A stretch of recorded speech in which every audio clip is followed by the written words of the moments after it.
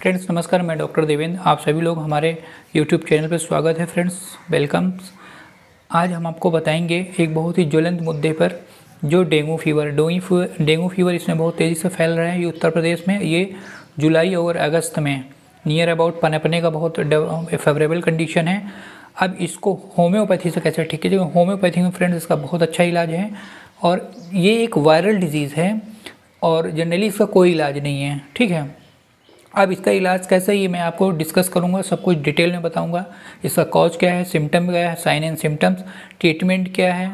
ठीक है, तो सब कुछ मैं बताऊंगा। पहले मैं आपको मोटा मोटा बताता हूं कि ये जो मच्छर होता है वो एडीज़ मच्छर होता है। इसकी दो प्रजातियां, वैसे 4 प्रजातियां होती हैं, लेकिन जो 2 प्रजातियां अपने यहाँ पाई जाती हैं, एडीज़ एजिप्टी और दूसरी जो है एडीज़ एल्बोपिक्टस। तो एडीज़ एजिप्टी और एडीज़ एल्बोपिक्टस, इसमें वायरस होता है। जब ये मच्छर किसी व्यक्ति को काटता है तो वो वायरस उसके अंदर प्रवेश कर जाता है और प्रवेश करने के 4 से 7 दिन के बाद में वो सिम्टम आने लगते हैं पेशेंट में।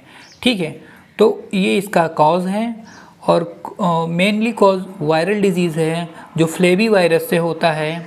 ठीक है फ्रेंड, तो अब इसके अंदर जब प्रवेश ये वायरस कर गया तब उसके अंदर 4 से 7 दिन बाद में सिम्टम आएंगे। जो सिम्टम आएंगे वो मैं आपको बता रहा हूँ। ये साइन और सिम्टम्स इसके आते हैं।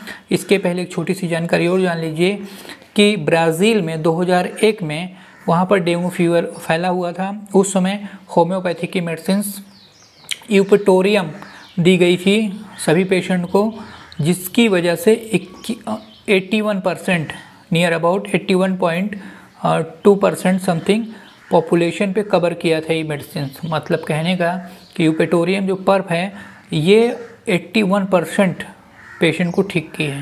मच्छर होता है दिन में काटता है और मॉर्निंग में काटता है। ये मच्छर कैसा होता है, इसकी मतलब किस टाइप में दिखता है, सब कुछ आपको इस वीडियो के माध्यम से दिखाएंगे। आप मच्छर को भी पहचान सकते हैं। ये मच्छर दिन में काटता है, थोड़ा बड़ा होता है, और रात को भी ये काट सकता है जहाँ पर उजाला ज़्यादा हो, लाइट ज़्यादा हो। तो ये दिन रात दोनों में काट सकता है। जनरली ये दिन में ही काटता है, मॉर्निंग में।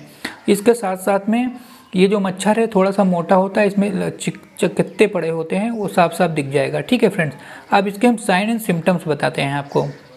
साइन एंड सिम्टम्स ये हैं कि बहुत तेज़ी से मसल्स में पेन होगा, फीवर बहुत तेज़ से आएगा, ब्रेक बोन फीवर भी इसको कहते हैं, हड्डियों में टूटन जैसी दर्द होती है।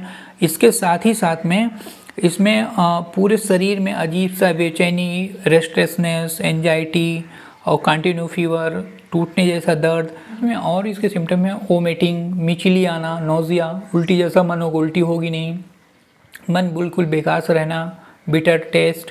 और इसके साथ साथ आपके जो स्किन होगी, जैसे ये फिगर के माध्यम से मैं दिखा रहा हूँ, उसमें लाल चकत्ते आते हैं। तो ये कंफर्म किया जा सकता है कि डेंगू फीवर है। और इसका जो सबसे इन्वेस्टिगेशन कराने का पार्ट है, ब्लड टेस्ट कराते हैं।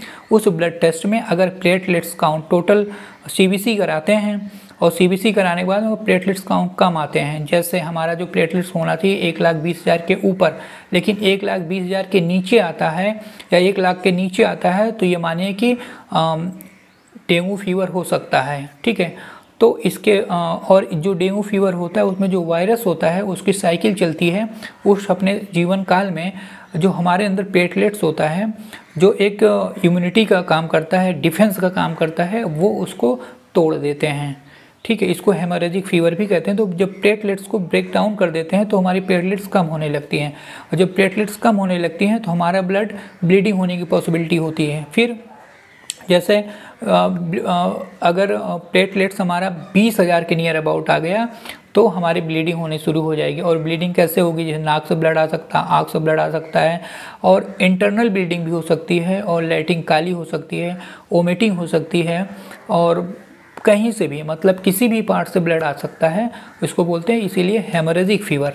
तो इसमें ये वायरस करता क्या है, जो हमारी प्लेटलेट्स होती है उसको डीनेचर कर देता है, उसको तोड़ देता है, डिस्ट्रॉय कर देता है। तो बॉडी में प्लेटलेट्स की मात्रा कम हो जाती है। अगर हम प्लेटलेट्स को की मात्रा को सेम बनाए रहें और फिर वायरस की जो साइकिल है वो अपनी साइकिल कंप्लीट करते ही मर जाएगा और हम सेफ हो जाएंगे। लेकिन ड्यूरिंग जब वायरस की साइकिल चलती है, जैसे मान लीजिए 10 दिन की वायरस की साइकिल है, तो अगर 10 दिन में हम अपना प्लेटलेट्स एक मतलब मोटा मोटा सेफ किए रहें, मतलब 80 से 1 लाख के आसपास, 1,20,000 के आसपास, तो वायरस अपने आप किल हो जाएगा, मर जाएगा, मुझे कोई इफेक्ट नहीं होगा, ठीक है।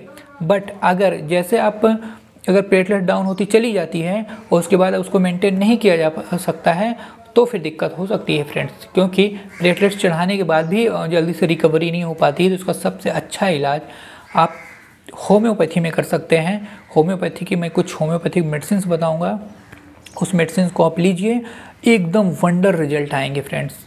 तो जो होम्योपैथी की मेडिसिन है, नंबर 1 यूपेटोरियम पर्प, ठीक है, 200 पोटेंसी की, 2 बूंद सुबह, 2 बूंद दोपहर, 2 बूंद शाम को लीजिए, ठीक है। ये डिस्प्ले पे मैं शो कर दूंगा। इसके साथ में बैप्टीशिया मदर टिंचर 20 बूंद सुबह दोपहर शाम पीना है। इसके बाद में एक सिरप आता है होम्योपैथिक का, डेंगू मार सिरप, उसको 10 ml सुबह दोपहर शाम पीजिए, वो मैं डिस्प्ले पे दे दूंगा। डेंगू मार सिरप में लगभग सारी दवाएं हैं, सब कुछ मिक्सचर है, उसको आसानी से आपको किसी भी होम्योपैथी मेडिकल स्टोर पे मिल जाएगा। इसको आप लेके पीजिए, आई होप बहुत अच्छा इसका रिजल्ट हो। और 2 से 3 दिन में, हम लोग तो पिछले 5 साल से अपनी प्रैक्टिस में देख रहे हैं कि 2 से 3 दिन बाद आपका प्लेटलेट्स, अगर जो मैंने ठीक किया है वो 70,000 या 60,000 हो गया था, और इस दवा को देने से और यूपेटोरियम देने से उस पेशेंट का 3 दिन के बाद में 1,20,000 1,30,000 प्लेटलेट्स काउंट्स हो गया। अगर प्लेटलेट्स काउंट्स आपके बढ़ जाएंगे तो समझिए आप बिल्कुल ठीक हो जाएंगे, कोई डरने की, कोई चिंता करने की ज़रूरत नहीं है फ्रेंड्स, ठीक है। तो इन चीज़ों को ध्यान दीजिए। और इसके साथ ही साथ में आपको बचाव कैसे करना है, बचाव ये करना है कि जिस समय आपको डेंगू अटैक हो जाए, डेंगू का फीवर हो जाए, कंफर्म हो जाए, तो पहले आप होम्योपैथिक दवा लीजिए। साथ में जब आप सोइए तो मच्छरदानी बाकायदा लगा के रखिए। आसपास पानी वगैरह बिल्कुल इकट्ठा ना होने दें, क्योंकि पानी में ही रहता है और दिन को ही काटता है, ठीक है। और इसके साथ में आप जब डेंगू फीवर कंफर्म हो जाए, प्लेटलेट डाउन कम हो जाए, तो आप उसमें एलोपैथी में दवा एक आती है एस्प्रिन, जो ब्लड को पतला करती है, उसको बिल्कुल नहीं लेना है। ध्यान देना है किसी भी झोला छाप डॉक्टर से, और जनरली यही दवा दी जाती है डिस्प्रिन एस्प्रिन, इसको बिल्कुल नहीं लेना है, क्योंकि उसमें आपको हेमरेजेस के चांस बढ़ जाएंगे, तो फिर दिक्कत हो जाएगी, ठीक है। तो बिल्कुल अवॉइड करना है, इसको मैं बार बार कह रहा हूँ, एस्प्रिन डिस्प्रिन को नहीं लेना है। और कोई भी ऐसी चीज़ नहीं खाना जिससे ब्लड आपका पतला हो, ठीक है। तो आप किसी डॉक्टर से फट से कंसल्ट कर लीजिए, उसके बाद में जो जैसा वो कहे वैसा करिए। इसके साथ साथ में आप अगर एल्कोहलिक हैं और नशा वगैरह लेते हैं तो बिल्कुल बंद कर दें, ठीक है फ्रेंड्स। और खाने में हरी सब्जी, हरा फल, और बहुत ज़्यादा वैरायटी में नहीं खाना है आपको, थोड़ा सा। और पपीता हो गया, पपीता खा सकते हैं, पपीते की पत्ती जूस बना लीजिए और उसके बाद उसको पीजिए। पपीते की पत्ती को, चुकंदर को और तुलसी पत्ती, और इसको फ्रूट भी खा सकते हैं, चुकंदर का सलाद भी खा सकते हैं, इसका जूस भी खा सकते हैं। इसके साथ में हमारा इसमें एक वीडियो और होगा फ्रेंड्स डेंगू फीवर पे, उसको भी आप देख सकते हैं कैसे खाना पीना क्या करना। आप ये करिए, 5 दिन के अंदर आपका प्लेटलेट काउंट जो है वो 1 लाख के अबव हो जाएगा। और जब 1 लाख के अबव आपका प्लेटलेट्स काउंट हो जाएगा तो फिर आपको डरने की ज़रूरत नहीं है, फिर डेंगू आपको कुछ नहीं बिगाड़ सकता है फ्रेंड्स।